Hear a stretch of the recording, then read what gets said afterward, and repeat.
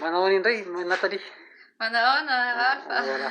Donc après avoir parlé de vos photographies là, comme vous voyagez beaucoup à Madagascar, parlez-nous de cette agence, la fameuse agence AINA.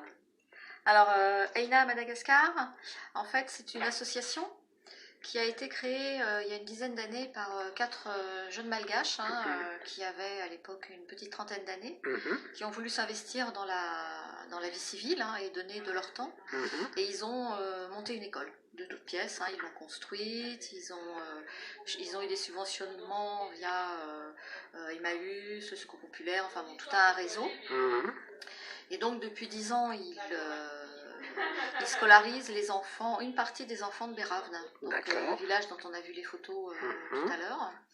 Donc il y a actuellement 130 enfants qui sont scolarisés du CP au CM2, avec des classes bien organisées, pas trop d'enfants par classe, et donc ils vivent, ils arrivent à financer, enfin le financement de cette association se fait par le biais des cotisations à Aina Madagascar, qui a un relais en France, qui s'appelle Aina PACA, qui permet d'obtenir un certain nombre de subventions, de montage de dossiers, etc.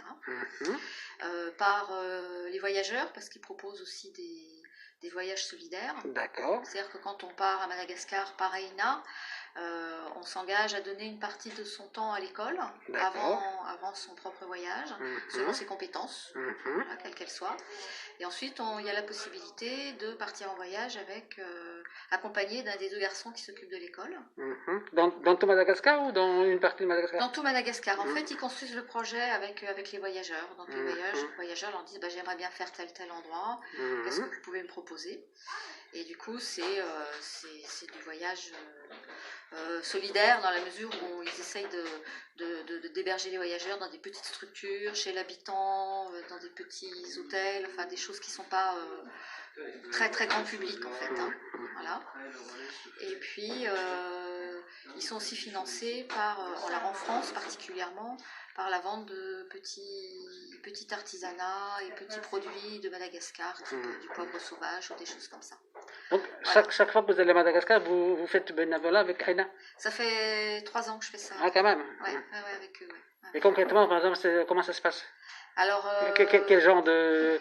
Non, j'aime pas dire prestation, la première année où je suis allée, les maîtresses étaient là, donc c'était la fin de l'année scolaire, j'étais avec les maîtresses, donc moi je faisais de la lecture en français le matin avec les plus grands, je les prenais par groupe de 2 ou 3, on relisait ensemble les cours de français, etc. Et puis l'après-midi, on faisait des jeux, ou bien je leur racontais des histoires en français, qu'une enseignante... On faisait ça en bilingue, c'était des contes en bilingue, français-malgache, que l'enseignante racontait en malgache. Puis après, on faisait des activités autour des contes. Construire des petites marionnettes, des découpages, du coloriage, des jeux extérieurs, voilà.